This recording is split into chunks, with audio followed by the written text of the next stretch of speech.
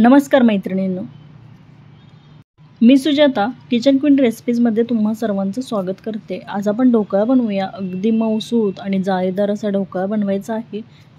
मैत्रिणींनो, ढोकळा बनवायला तसा सोपा आहे बरं का। अगदी 15 ते 20 मिनिटांमध्ये झटपट होणारा असा ढोकळा आहे आणि सर्वांना आवडतो। बनवायला सोपा असणारा, झटपट होणारा असा जाळीदार ढोकळा बनवण्यासाठी 1 वाटी बेसन घेतलेलं आहे। बेसन घेताना आपण विकतचं जे पीठ आणतो ते बेसन घ्यायचं। घरच्या डाळीच्या पिठाचं थोडंसं चव वेगळी लागते, कधी बारीक दळलेलं नसतं आणि विकतचं जे बेसन आहे म्हणजे डाळीचं पीठ छान असं बारीक दळलेलं असतं। ढोकळा जाळीदार होण्यासाठी किंवा छान फुलून येण्यासाठी हे पीठ जे आहे ते छान असं चाळून घ्यायचं। पीठ चाळून घेतलं की छान असं हलकं होतं, त्यामुळे ढोकळ्याला छान अशी जाळी पडते। आता अर्धी वाटी पाणी घातलेलं आहे। गरजेनुसार नंतर आपल्याला पाणी त्यामध्ये ॲड करायचं आहे।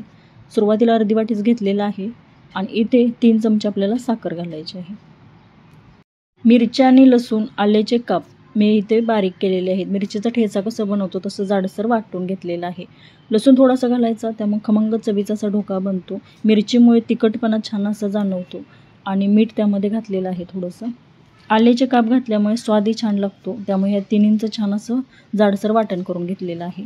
आणि चवीनुसार त्यामध्ये हिंग म्हणजे पाव चमचे त्यामध्ये हिंग घातला। आता तेल हा जो आहे तो पोहे खायचा चमचा आहे, त्याने 3 चमचे तेल घातलेलं आहे। 1 वाटी बेसनचा जर ढोकळा बनवायचा असेल तर 3 वाटी जे तेल घेतलेलं आहे ते तेवढं पुरेसं आहे।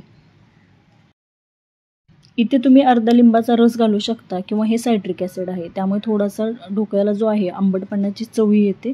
लिंबू वापरला तरी चालेल, दही वापरलं तरी चालेल। आता सुरुवातीला मिरची बारीक करत असताना थोडंसं मीठ घातलेलं, त्या अंदाजानेच आता चवीनुसार इथे मीठ घातलेलं आहे।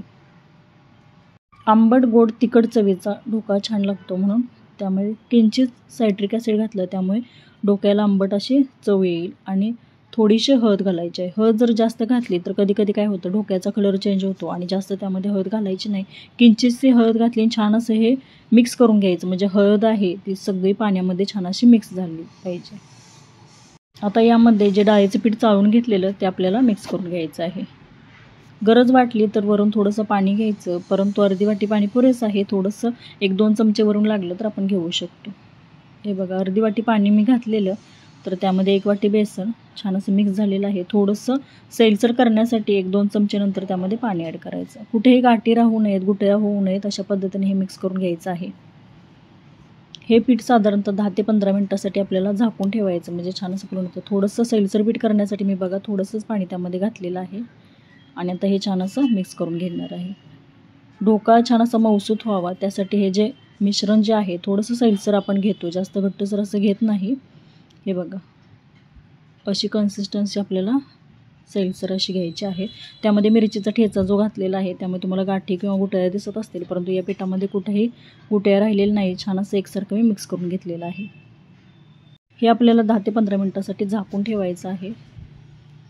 आता इकडे पाणी गरम करण्यासाठी ठेवलेलं आहे, त्यामध्ये एक स्टँड ठेवलेला आहे, त्यावरती एक जाळी ठेवलेली आहे। ज्या भांड्यामध्ये ढोकळा बनवायचा त्याला डब्याला छान असं तेल लावून घेतलं। हे बघा, तेल लावलं म्हणजे ढोकळा कसं डब्याला चिकटणार नाही, अशा पद्धतीने। मग तुम्ही प्लेटमध्ये बनवू शकता, एखाद्या डब्यामध्ये किंवा एखादं भांडं असेल कोणतंही त्यामध्ये बनवू शकता। मैत्रिणींनो, 10 ते 15 मिनिटं झालेली आहेत आणि हे बघा पीठ छान असं भिजलेलं आहे। पीठ थोडंसं भिजू दिलं तर छान असं नंतर ढोकळा फुलून येतो। हे बघा, 15 मिनिटं मी हे पीठ भिजू दिलं आणि त्याची कन्सिस्टन्सी पाहू शकता। इथे आता आपल्याला पाणी ॲड करायची गरज नाही, जशी आपल्या ढोकळ्यासाठी पिठाची कन्सिस्टन्सी हवी आहे तशी इथं आहे। पुन्हा एकदा मी छान असं फेटून घेते बघा, छान असं एकसारखं अशा पद्धतीने फेटून घ्यायचं।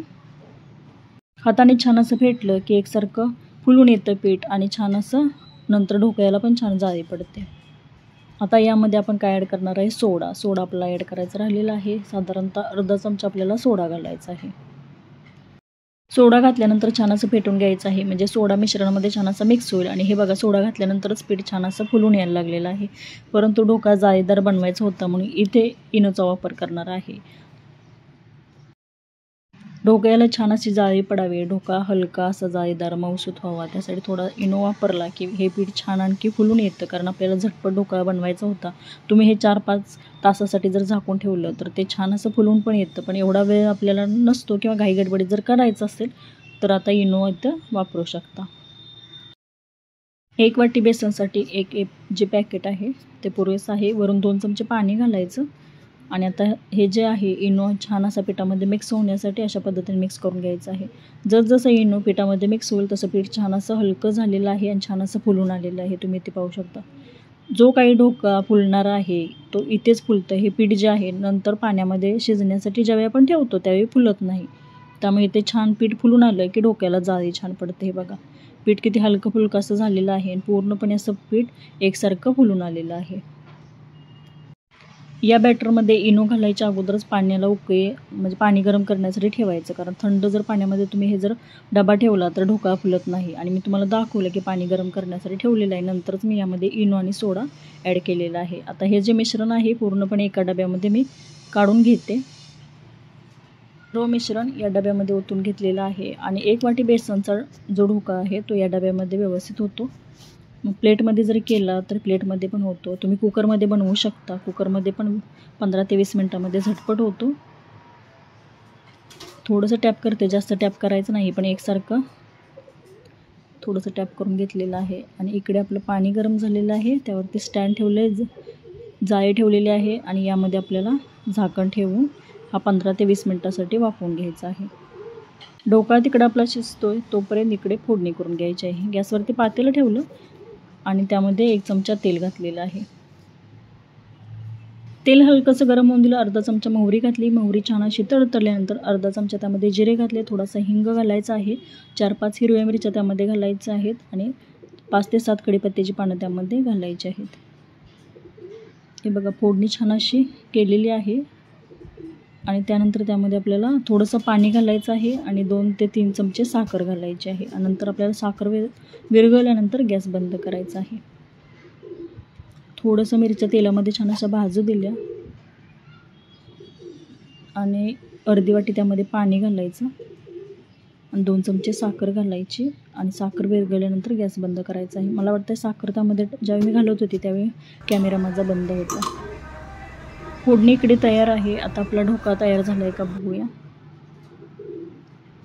चाकूच्या साह्याने थोडंसं चेक करून पाहायचं. चाकूला जर मिश्रण काही चिकटलं नाही तर ढोकळा आपला छान असं शिजलेला आहे. हे बघा चाकूला कोणतंही मिश्रण चिकटलेलं नाही. ढोकळा आपला छान असा शिजला आहे. आता आपल्याला तो भांड्यातून साईडला काढायचा आहे. इथे गॅस बंद करायचा आणि तो डबा साईडला काढून घ्यायचा आहे. ढोकळ्याचा डबा साईडला काढल्यानंतर साधारणतः 5 ते 7 मिनटासाठी तो थंड होऊ द्यायचा आहे. गरम असताना ढोकळा तुम्ही काढण्याचा प्रयत्न केला तर थोडासा तुटण्याची शक्यता असते. थोडं थंड होऊ द्यायचं आणि नंतर एका प्लेटमध्ये हा ढोकळा काढून घेऊया. थोडंसं टॅप केलं की ढोकळा अलगद साईडला होतं, कारण आपण थोडंसं डब्याला तेल लावलेलं आहे. आणि हे बघा ढोकळा आपला तयार आहे. अगदी जाळीदार असा ढोकळा झालेला आहे. खूप छान असा ढोकळा अगदी मार्केटमध्ये मिळतो तसा ढोकळा घरच्या घरी झटपट होतो, कमी साहित्यात आणि होतो. हे बघा छान असा मऊसूत झालेला आहे. आपण हा थोडासा कट करून घेऊया आणि त्यावरती जे आपण फोडणी बनवून घेतलेली ती वरून थोडीशी घालूया. तुम्हाला हवा त्या शेपमध्ये कट करून घेऊ शकता. अशा पद्धतीने ढोकळा मी कट करून घेतलेला आहे आणि वरून थोडीशी फोडणी घातलेली आहे. हे बघा अशा पद्धतीने. आणि ढोकळ्याला जाळी बघा किती सुरेख पडलेली आहे. अगदी मऊसूत जाळीदार असा ढोकळा झालेला आहे. मग तुम्ही सॉससोबत खाऊ शकता किंवा चिंचेची चटणी जर बनवली असेल तर त्यासोबतही खाऊ शकता. चिंच आणि खजूरची चटणी जरी बनवली तर आम्ही त्यासोबत खातो. हे बघा खूप छान अशी ढोकळ्याला जाळी पडलेली आहे. मैत्रिणींनो रेसिपी आवडली असेल तर लाईक करा, शेअर करा आणि कमेंट करा. चॅनलवरती नवीन असाल तर सबस्क्राईब